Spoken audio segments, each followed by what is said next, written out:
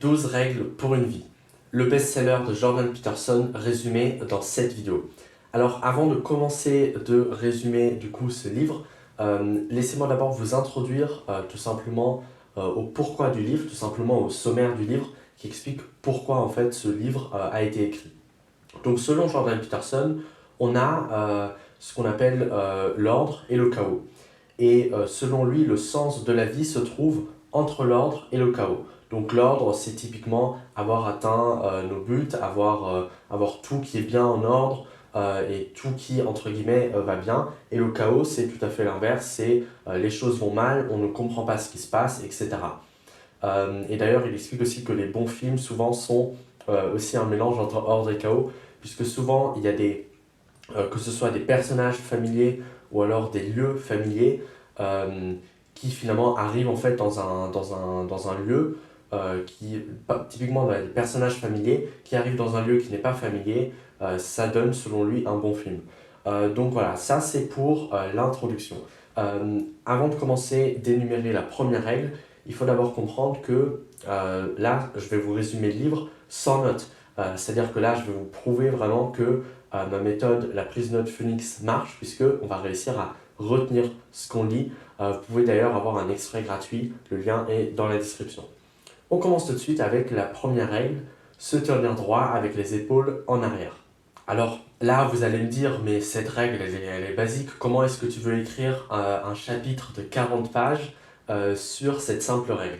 Et c'est là où c'est super fascinant parce que ce livre nous énumère en fait des règles qui sont assez basiques, mais il nous explique le pourquoi du comment. Évidemment, il développe les règles, mais il nous explique surtout le pourquoi du comment, pourquoi tout simplement il faut appliquer ces règles-là. Donc c'est pour ça que au début je me suis dit, ouais mais qu'est-ce qu'il y a autre chose à dire à part, oui ok il faut se tenir droit, c'est important, etc.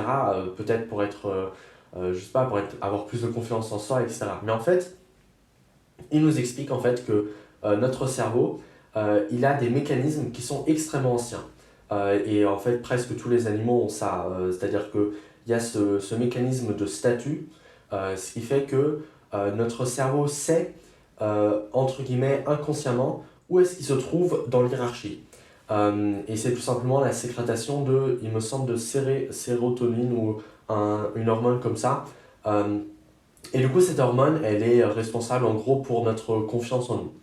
Le problème, c'est que, et là il donne l'exemple avec les homards, quand les homards, par exemple, font une bataille et qu'il y en a un qui tout simplement perd la bataille, eh bien ce homard qui perd la bataille, eh bien, aura littéralement son cerveau qui sera remplacé en fait par un autre cerveau pour, entre guillemets, l'adapter à son statut actuel qui est inférieur à ce qu'il était avant puisqu'il a perdu le combat. Et l'autre, du coup, homard qui a gagné, a du coup un cerveau qui change et du coup qui sera plus apte à combattre d'autant mieux plus tard. Et du coup, c'est aussi l'homard qui est le plus haut qui, grosso modo, a toutes les femelles. Donc ça, c'est en fait, c'est ce qui nous explique, c'est que c'est un mécanisme très ancien et que d'ailleurs aussi les homards, bah, ils étaient là même pendant les dinosaures. Donc c'est vraiment pour dire que c'est un mécanisme très ancien pour permettre tout simplement à une espèce de survivre. Du coup, il nous explique aussi que ça arrive dans plein d'animaux, tout simplement. Typiquement, les oiseaux, quand ils chantent, c'est aussi une compétition. Et c'est pareil pour les humains. Quand par exemple un humain perd, eh bien, il a son cerveau, entre guillemets, qui est programmé pour s'adapter à son statut. C'est pour ça qu'en fait, notre cerveau, il a inconsciemment, il sait dans quel statut on se trouve. Donc ça, c'est pour l'introduction de cette règle. Maintenant, la question c'est comment on fait pour renforcer notre statut pour avoir grosso modo plus de sérotonine et du coup gagner plus de batailles entre guillemets et du coup être plus confiant, etc., etc. Et bien selon lui, la première chose à faire, c'est du coup de se tenir droit avec les épaules en arrière parce qu'en fait, nos expressions, notre corps et notre cerveau sont liés. Et typiquement, si maintenant je me mets dans une tête où je suis en colère, eh bien, il y aura automatiquement des émotions de colère qui vont arriver dans mon cerveau. Alors que si par exemple je souris, eh bien, il y aura automatiquement des hormones qui seront sécrétées pour me dire en fait, tout va bien et du coup, je vais être plus heureux rien qu'en souriant. Et en fait, le fait de se tenir droit, c'est exactement la même chose. C'est-à-dire que si on se tient droit, on produit plus de confiance, plus de sérotonine en fait, et du coup on va être plus confiant en fait sur notre capacité à être compétitif, sur notre capacité aussi à être compétitif envers nous-mêmes, typiquement à résister par exemple à des addictions, etc. Donc c'est pour ça que le début de ce livre commence par cette règle, parce qu'il permet d'enclencher le cercle vicieux qui nous permet ensuite d'avoir un cercle vicieux qui nous amène vers de plus en plus de réussite, etc. etc. Donc ça, c'était pour la première règle, se tenir droit avec les épaules en arrière. Sachez que je n'ai pas tout résumé qu'il y avait dans le chapitre, j'ai simplement résumé l'essentiel pour que vous puissiez comprendre et ne pas avoir à relire le livre. Parce que le livre est quand même, je crois enfin, sur ma Kindle, ils m'ont dit que ça prend 15 heures. Après, j'ai pris un peu moins de temps puisque je lisais en lecture rapide. Mais voilà, c'est quand même bien d'avoir du coup ce résumé. Je pense que là, avec ce que je vous ai donné, vous n'avez même pas besoin de lire le chapitre du livre, tout simplement. Deuxième règle. La deuxième règle, elle est un peu plus ambiguë, entre guillemets, mais elle est moins concrète, tout simplement, mais elle est tout aussi intéressante. La règle, la voici, se traiter comme si on était responsable de nous-mêmes. Je pense que cette règle, elle pourrait plutôt être traduite comme par exemple se traiter comme si on était son propre fils, etc. Je pense que c'est une manière plus concrète d'articuler cette règle, mais encore une fois, je vais vous expliquer en profondeur qu'est-ce que ça signifie. Donc, il commence le chapitre par nous expliquer en fait qu'on prend souvent, en tout cas la plupart du temps, plus soin de notre chien ou de notre chat, peu importe, notre animal de compagnie en fait, que de nous-mêmes. C'est-à-dire que typiquement, s'il a un problème de santé, on va le percevoir comme plus urgent qu'un problème de santé que nous, on pourrait avoir. Donc ça, c'est l'introduction. Et là, il nous questionne, mais pourquoi en fait? Comment ça se fait qu'on prend moins soin de nous-mêmes? Eh bien, tout simplement parce qu'on se connaît, en gros, hein, c'est-à-dire qu'on connaît nos failles, on sait à quel point parfois on ne mérite pas, etc. Et du coup, on aura inconsciemment, encore une fois, moins envie de nous aider que le chat, par exemple, qui a l'air tout innocent, etc. Donc, c'est pour ça que Jordan Peterson nous explique que il faut se traiter comme si on était responsable de nous-mêmes, c'est-à-dire se voir entre guillemets comme une entité extérieure et tout simplement essayer de nous aider nous-mêmes en fait. Tout simplement parce que notre passé n'existe plus et ça sert à rien de se définir selon notre passé, il faut plus se définir vers qui l'on veut être et pas qui l'on est actuellement. C'est pour ça qu'il faut réussir à s'améliorer et du coup à enclencher ce cercle vertueux. Et du coup, il nous donne des phases, des choses simples en fait à appliquer pour arriver à ce point. La première chose, c'est définir où est-ce qu'on veut aller. Tout simplement, comment lui l'a articulé, définir son paradis. Et la deuxième chose, c'est définir là où on ne veut pas finir, définir tout simplement son enfer. Et en faisant ça, eh bien, on pourra avoir une idée nette et précise sur qu'est-ce que l'on veut atteindre dans notre vie, où est-ce que l'on veut aller, et tout simplement, on va pouvoir, entre guillemets, nous aider nous-mêmes d'une façon meilleure. Donc, je te demande des actions maintenant super simples, qui est simplement de définir ton paradis et ton enfer, et tout simplement de te mettre en route vers la quête qui est la tienne. Règle numéro 3, être ami avec des personnes qui nous veulent du bien. Alors cette règle, elle pourrait être résumée en fait en une phrase, on est la moyenne des 5 personnes que l'on fréquente le plus. Ça, c'est rien de nouveau en fait en développement personnel. Maintenant, il nous donne quand même des pistes intéressantes pour mieux appliquer cette règle. Premièrement, cette règle, elle est aussi réciproque, c'est-à-dire qu'il faut évidemment aussi devenir une meilleure personne pour pouvoir mieux aider notre entourage. Et pour bien aider notre entourage, il faut surtout aussi comprendre pourquoi une personne que l'on veut aider a par exemple des problèmes. Et ensuite, on doit s'attaquer au pourquoi et pas à la personne. Et la dernière chose qui pourrait du coup être résumée pour clore du coup cette règle numéro 3, et d'ailleurs c'est un extrait du livre que je vais essayer de vous traduire. Alors, si vous avez du coup un ami et que vous ne pourriez pas recommander à par exemple votre femme ou votre enfant de vivre avec cet ami, c'est qu'en fait cet ami n'est pas tout simplement n'a pas bien fixé sa vie et du coup il faudrait mieux ne pas être ami avec lui ou alors du coup l'aider pour qu'il devienne une meilleure personne. Et du coup, selon lui, voilà, il faut être ami avec des personnes qui ont de la valeur, qui peuvent nous apprendre des choses, etc., etc.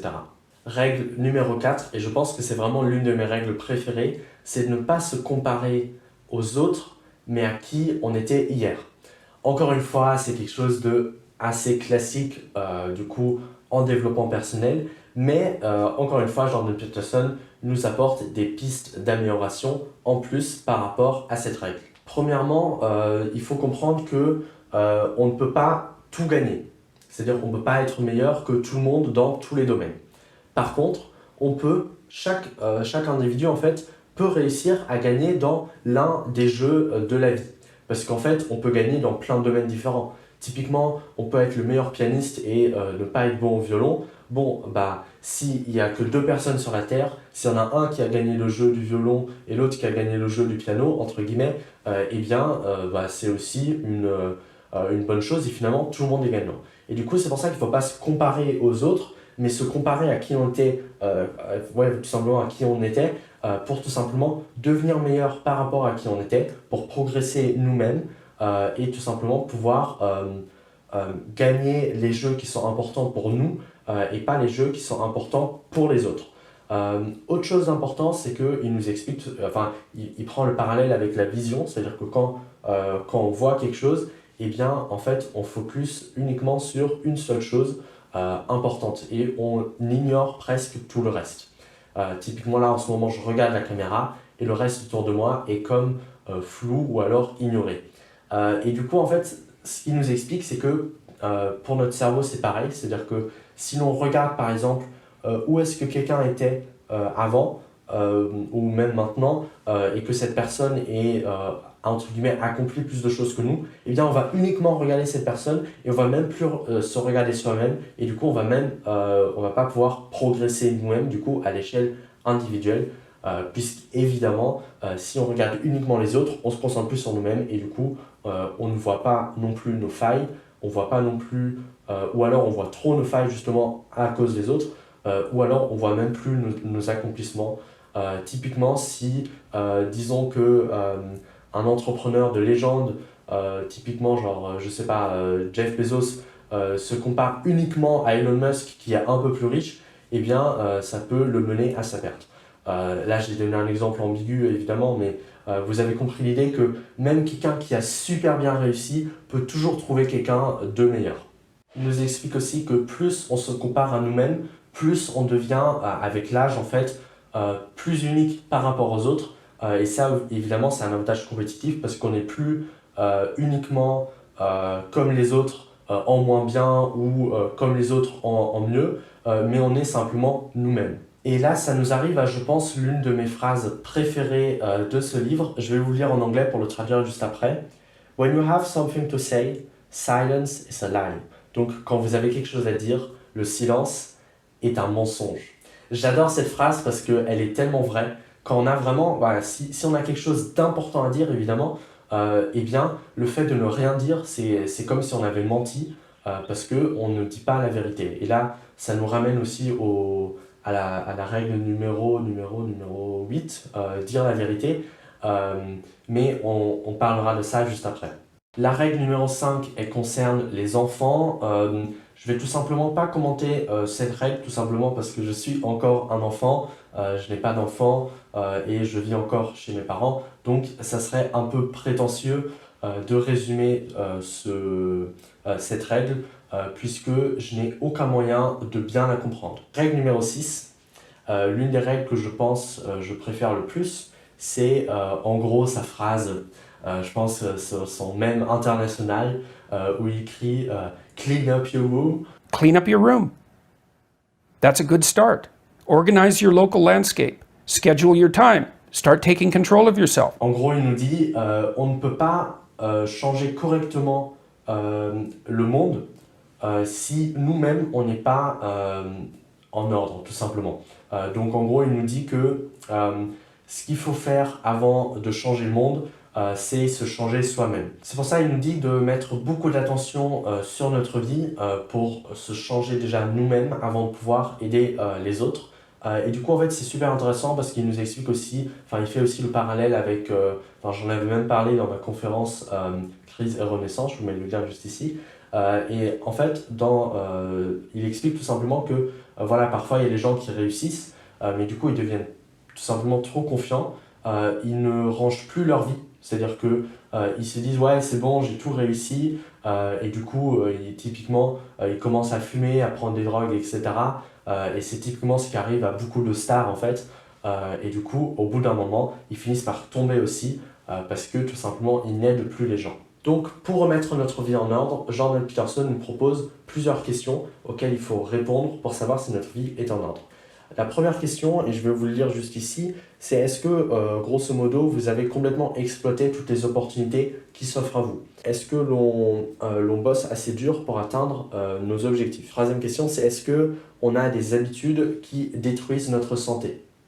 Et j'inclus également des habitudes qui détruisent notre santé mentale. Typiquement, les réseaux sociaux qui détruisent complètement notre santé mentale et notre attention au passage. La prochaine question, c'est est-ce qu'il y a des choses que vous pourriez faire, que vous savez que vous devez faire, mais que vous ne faites pas. Donc ça, c'était du coup pour l'une, je pense, des règles les plus importantes du livre. Je pense aussi c'est pour ça qu'il a mis au milieu du livre, tout simplement, voilà, mettre notre maison en ordre avant de fixer celle des autres. On passe tout de suite à la règle numéro 7 qui nous dit qu'il faut poursuivre ce qui a du sens et ne pas poursuivre les opportunités. Alors, avant de comprendre qu'est-ce que ça veut dire, il faut comprendre déjà que selon Peterson, avoir du sens dans sa vie, c'est l'antidote à tout et c'est même pour lui mieux que le bonheur. Donc voilà, cette règle, je pense que c'est l'une des règles qui lui tient le plus à cœur, qui est tout simplement de voilà, poursuivre ce qui a du sens, poursuivre ce qui a du sens pour nous évidemment. Et il nous dit que ce qui a du sens, ça peut être aider notre famille, ça peut être faire du monde un meilleur endroit tout simplement. Et du coup, pour lui, le sens, c'est ça, c'est-à-dire qu'il faut, entre guillemets, sacrifier qui l'on est pour un meilleur futur, que ce soit un futur où on est inclus ou un futur où on n'est pas inclus. Ça, du coup, c'est la règle numéro 7. Elle est très bien et j'ai même trouvé une application business à cette règle. Donc, typiquement, poursuivre ce qui a du sens, ça peut du coup être aider les autres. Mais du coup, ce qui est intéressant, c'est que dans le business, en fait, quand on regarde les vrais business qui survivent aux crises et qui tout simplement perdurent, c'est en fait les business qui résoudent un vrai problème. Désolé pour la faute de français, qui tout simplement nous permettent à nous humains de vivre une meilleure vie. Alors que si on poursuit uniquement les opportunités business entre guillemets, on tombe dans ce qu'on appellerait le syndrome de l'objet brillant. Ce qui évidemment est un problème parce qu'on se met à faire du dropshipping pendant 2 semaines, ensuite on poursuit la nouvelle opportunité NFT et finalement on n'a créé aucune valeur pour le monde. Et du coup je trouve que cette règle elle est intéressante évidemment pour notre vie, mais également pour nous guider dans le droit chemin vers la réussite. Ok, on arrive à la 8e règle. Je pense que ça c'est ma règle préférée, je dirais. C'est dire la vérité. Ou au moins ne pas mentir. Qu'est-ce que ça veut dire que ça? Évidemment, on a compris ce que ça veut dire la vérité, etc. Mais qu'est-ce que Peterson veut dire par cette règle? Eh bien, selon lui, la vérité, c'est la chose la plus noble qui existe. Et du coup, il faut essayer de toujours dire la vérité. Parce que non seulement dire la vérité aux autres, ça peut nous causer du tort. Et typiquement, il dit qu'un petit mensonge finit par devenir 2 petits mensonges, et puis ensuite il faut un gros mensonge pour couvrir le petit mensonge, et ensuite encore des plus gros mensonges pour tout simplement finir en escalier et avoir notre vie entière qui est un mensonge. Et selon lui, c'est le début de la descente aux enfers, et surtout quand on découvre que l'on a menti, que ce soit quand nous-mêmes on découvre que l'on a menti, ou alors quand les autres découvrent que l'on a menti, eh bien c'est encore pire. C'est pas uniquement aussi mentir aux autres, enfin ne pas mentir aux autres, mais c'est également dire la vérité à nous-mêmes. C'est-à-dire que être honnête avec nous-mêmes. Ok, quels sont les problèmes que j'ai dans ma vie? Qu'est-ce que je peux régler vraiment précisément honnêtement, et je trouve que cette règle elle est beaucoup liée à la règle numéro 10, on y reviendra. Et en gros, tout simplement parce qu'un petit problème, et ça il l'explique dans la règle numéro 10, va finir par émerger de plus en plus. Bon, là je fais le même signe que Peterson, ça me fait rire, parce que dans ses conférences il fait toujours comme ça. Donc en gros, un petit problème finit par émerger en un grand problème, et après, au bout d'un moment, ça va finir par ce qu'il lui appelle un dragon à combattre. Donc typiquement, il faut d'abord combattre le dragon quand il est petit, avant qu'il ne devienne trop grand. Si on ne dit pas la vérité sur qui l'on est aux autres, eh bien on peut aussi se créer une fausse image de nous-mêmes et au bout d'un moment la bulle va éclater, ce qui est un problème. Donc cette règle, elle a beaucoup d'aspects. On voit qu'elle peut nous permettre de régler nos problèmes, de régler les problèmes des autres et de viser vers un monde meilleur, tout simplement. Autre chose intéressante, c'est qu'il nous explique que quand notre cerveau arrive dans un nouvel endroit, typiquement quand on voyage, eh bien, il y a des cellules dans notre cerveau qui étaient mortes, entre guillemets mortes, qui tout simplement n'étaient pas actives depuis notre naissance, qui s'activent, qui créent des protéines pour créer de nouvelles connexions dans notre neurone. Notre cerveau, pas notre neurone, dans notre cerveau. Et du coup, de nouvelles neurones dans le cerveau. Et ça fait tout simplement que l'on sera capable de s'adapter à une situation similaire. Mais ça veut également dire que si on ment, par exemple, en disant, voilà, si par exemple on ment typiquement et qu'on voit que ça nous a réussi, eh bien on va aussi être codé, entre guillemets, notre cerveau va coder ça dans sa tête et il va se préparer à mentir plus de fois jusqu'au moment où tout simplement ça va finir par être un problème. Donc si par exemple on dit aussi non quand on a besoin de dire non, eh bien c'est un problème aussi puisque les prochaines fois il faudra dire non et que ça sera encore plus important, eh bien notre cerveau aura déjà codé ça dans son ADN, il pourra pas dire non, il pourra uniquement dire oui, oui, oui, et c'est comme ça qu'on finit aussi Mr. Nice Guy et j'ai eu ce problème pendant un moment.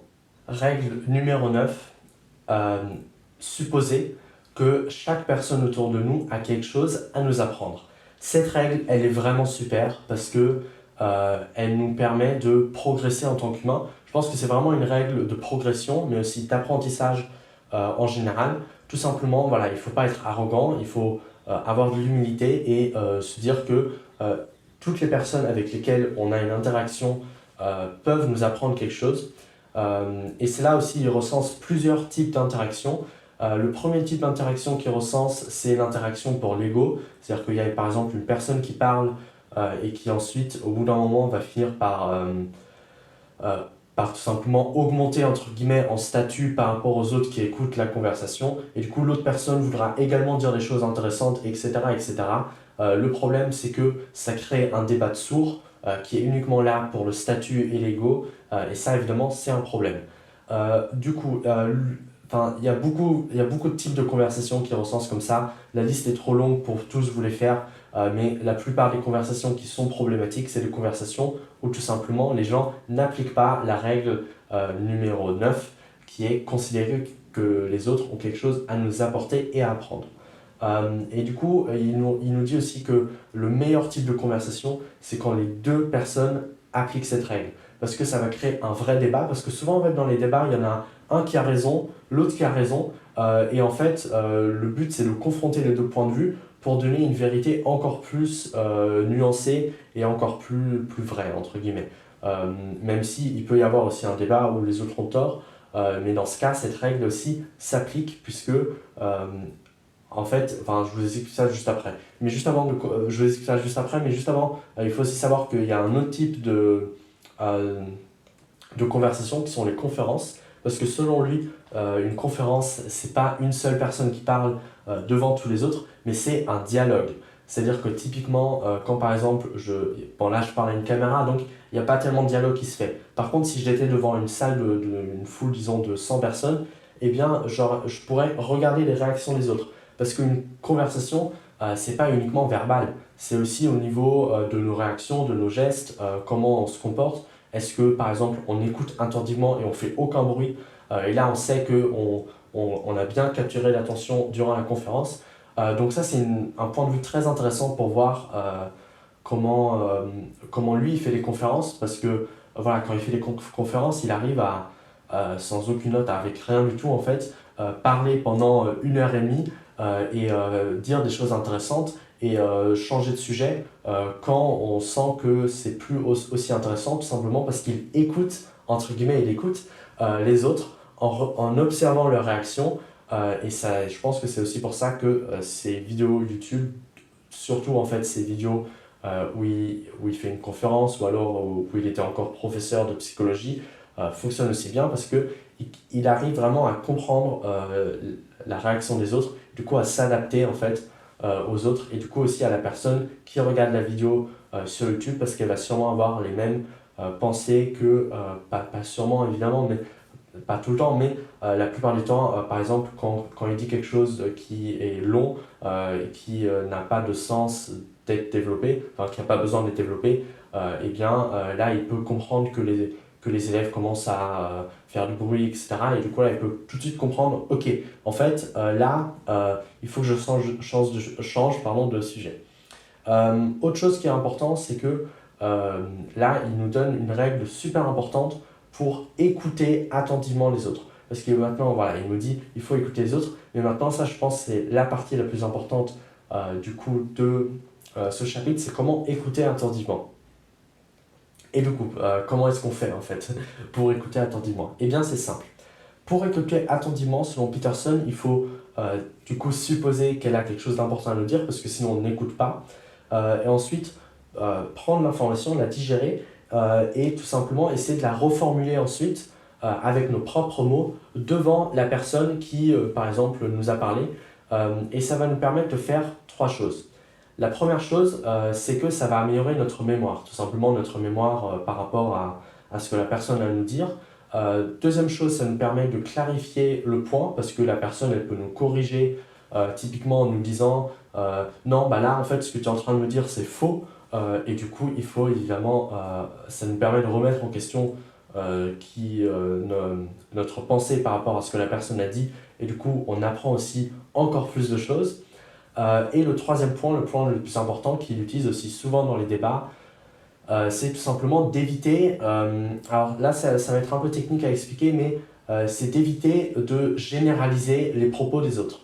Typiquement, il y a une interview de Peterson où, alors j'ai oublié le nom de la femme, mais il y a une femme qui dit, donc en fait ce que vous êtes en train de dire c'est, et à chaque fois il a totalement faux sur ce qu'il est en train de dire, et justement je pense qu'elle aurait dû appliquer cette règle de Peterson, tout simplement en disant de façon honnête ce qu'elle pense de cette règle, ce qu'elle a peut-être pas compris, pour qu'ensuite Peterson puisse lui répondre en lui disant non, en fait là tu dis quelque chose de faux parce que ceci, parce que cela. Parce que si du coup cette femme qui a interviewé Peterson avait écouté attentivement ce qu'il avait à dire, elle aurait aussi pu mieux faire face à ses arguments, parce que tout simplement, quand on comprend de façon réelle les arguments des autres, eh bien, on peut aussi mieux les confronter, parce que la plupart des gens en fait, qui se confrontent à Peterson, typiquement par rapport à ses idées sur de droite, etc., en fait, ce qu'ils font, c'est qu'ils exagèrent son point. C'est une technique qu'on appelle l'homme de paille, et en fait, qui dit tout simplement que on exagère ce que dit Peterson, ou alors on caricature ce qu'il dit. Et après, évidemment, c'est super facile à démonter comme argument, puisque c'est pas du tout ce qu'il a dit. Alors que justement, si on applique du coup cette règle d'écouter attentivement les autres, de comprendre ce qu'ils ont à nous dire, de le reformuler avec nos propres mots de manière honnête, ça va nous permettre de, du coup, peut-être apprendre des choses sur la route, de progresser en tant qu'humain, ou alors, deuxièmement, de tout simplement pouvoir mieux faire face aux arguments de la personne en face de nous, puisque, encore une fois, on aura mieux compris son propos et on ne s'attaque plus à une façon erronée de ce que la personne a dit, mais à des vrais arguments, et c'est là où on gagne vraiment un débat, même si je pense qu'il n'y a pas vraiment de gagnant dans un débat, c'est surtout un vrai débat, un bon débat, c'est un échange entre deux personnes, et c'est aussi un échange honnête où chacun va apprendre de nouvelles choses. Donc ça, c'était pour la règle numéro 9. Écouter et supposer que les autres autour de nous ont quelque chose à nous apprendre. Alors, on arrive au 10e chapitre. Le 10e chapitre, la règle de ce 10e chapitre, c'est être précis quand on prend la parole. Moi, personnellement, je trouve que ce chapitre-là aurait pu être inclus dans le chapitre du coup, dites la vérité et ne mentez pas. Tout simplement parce qu'en fait, la précision, c'est une forme de vérité. Donc je trouve que cette règle, alors je l'ai peut-être aussi pas super bien compris, pourrait être incluse dans la règle numéro 8. Donc maintenant, qu'est-ce qu'il veut dire par être précis dans sa parole? En fait, il dit tout simplement que quand on est précis dans ce que l'on dit à nous-mêmes et aux autres, eh bien, on est capable de voir les failles dans ce qu'il y a autour de nous, dans ce que nous on fait, etc. Et ça nous permet ensuite d'améliorer cela. Et ça, en fait, c'est l'exemple qu'il avait donné, que j'ai aussi expliqué pour le chapitre numéro 8. Tout simplement, quand on a un petit problème, eh bien, il finit par devenir de plus en plus grand. Et c'est seulement dans ce chapitre-là qu'il explique ce phénomène. Sinon, il explique qu'il faut déterminer exactement où est-ce que l'on veut aller dans la vie. Donc, il faut bien définir de façon précise ce que l'on veut atteindre. Typiquement, voilà, beaucoup de personnes disent moi, dans la vie, je veux être riche, je veux voyager et je veux être en bonne santé. C'est bien, mais c'est pas un but en fait. Parce que c'est pas assez précis et que tout le monde le veut déjà de toute façon. Donc, ce qu'il essaye aussi de nous faire dire par être précis quand on prend la parole, ou du moins dans notre discours, etc., c'est d'être précis, cohérent par rapport à nos objectifs. De définir du coup clairement nos objectifs de façon précise et nette. Donc voilà, ça c'était pour la règle numéro 10. Règle numéro 11, et celle-là elle est un peu ambiguë par rapport aux autres, je trouve, notamment aussi la 12e où on doit vraiment lire le chapitre pour comprendre la règle. Donc la règle elle nous dit, du coup si je me souviens bien, c'est laisser les enfants jouer au skate. Alors en fait il part d'un constat simple, c'est que quand les enfants jouent au skate, eh bien, ils n'essayent pas d'être à tout prix en sécurité. Ils essayent surtout de se confronter à leurs propres peurs, ils essayent de se challenger et ils essayent aussi de tout simplement affronter leurs peurs en fait, faire face à l'insécurité et lui il explique que c'est une bonne chose. Alors du coup en fait selon Peterson, on a une génération, et ça je pense que je suis plutôt d'accord, qui a du coup vécu dans la sécurité, qui tout simplement les élève pour ne pas prendre le moindre risque, surtout les hommes, du moins du coup les garçons, et bien du coup en fait ça crée un problème parce que du coup si on a des hommes et des femmes aussi faibles, et bien ça crée tout un tas de problèmes parce que selon lui le danger c'est pas les hommes forts mais les hommes faibles. Alors, je ne vais pas donner d'avis parce qu'en fait, dans cette règle, il critique beaucoup les idées de gauche. Donc, je vais juste pas donner d'avis parce que j'ai aucune maturité politique pour me permettre de donner mon avis dessus. Par contre, je suis d'accord sur un point, c'est que l'opinion forcée ne devrait pas exister à l'école. Que ce soit de droite ou de gauche, moi, personnellement, je m'en fiche. Moi, ce qui compte, enfin, même j'ai creusé vraiment cette question, que ce soit via des sources aussi de gauche ou de droite par rapport à l'éducation nationale du coup, et vraiment, il n'y a aucune raison de forcer l'opinion à l'école. Et donc, je trouve que voilà, l'éducation en fait devrait être faite non pas par l'école, mais par les parents. C'est les parents qui inculquent ce que l'enfant il doit penser pour ensuite avoir une base et pas on ne doit pas en fait avoir une génération entière qui pense uniquement de droite ou de gauche parce que ça va créer un déséquilibre en fait. Et c'est pour ça que je pense honnêtement que l'opinion forcée ne devrait pas exister à l'école. L'école est là pour apprendre et pas pour donner un point de vue erroné sur le monde. Et la règle numéro 12 qui du coup s'intitule Adopter un chat si vous en voyez un dans la rue. Encore une fois, j'ai lu le titre, j'ai pas compris exactement qu'est-ce qu'il voulait dire par là, et puis au bout d'un moment, à partir du moment où il a continué à développer, c'est devenu clair dans ma tête. Et en fait, ce qu'il voulait dire, c'est que quand les choses deviennent difficiles, ou même quand les choses sont faciles, il faut toujours voir le part de lumière dans les choses. Donc en gros, il dit, même si vous avez une journée super difficile, vous pouvez croiser un chat et l'adopter et ça va vous rendre, entre guillemets, heureux.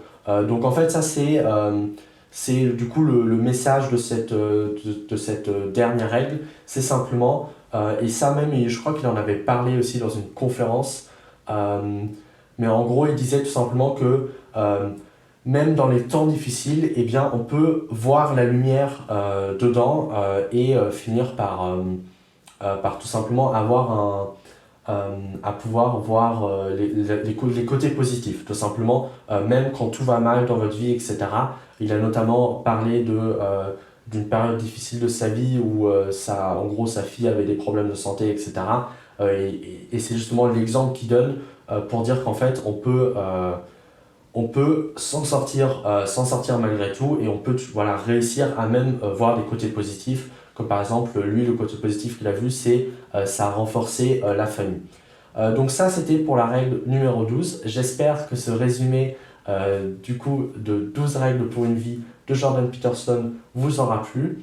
Si vous voulez que je fasse du coup le résumé pour le deuxième tome du coup qui parle du coup qui explique comment passer de trop d'ordre au point du coup au niveau milieu, comme je l'ai expliqué juste avant, entre l'ordre et le chaos. Là, on a vu la partie chaos, et le deuxième tome, du coup, 12 autres règles pour une vie, explique comment passer de trop d'ordre à un point qui est aligné.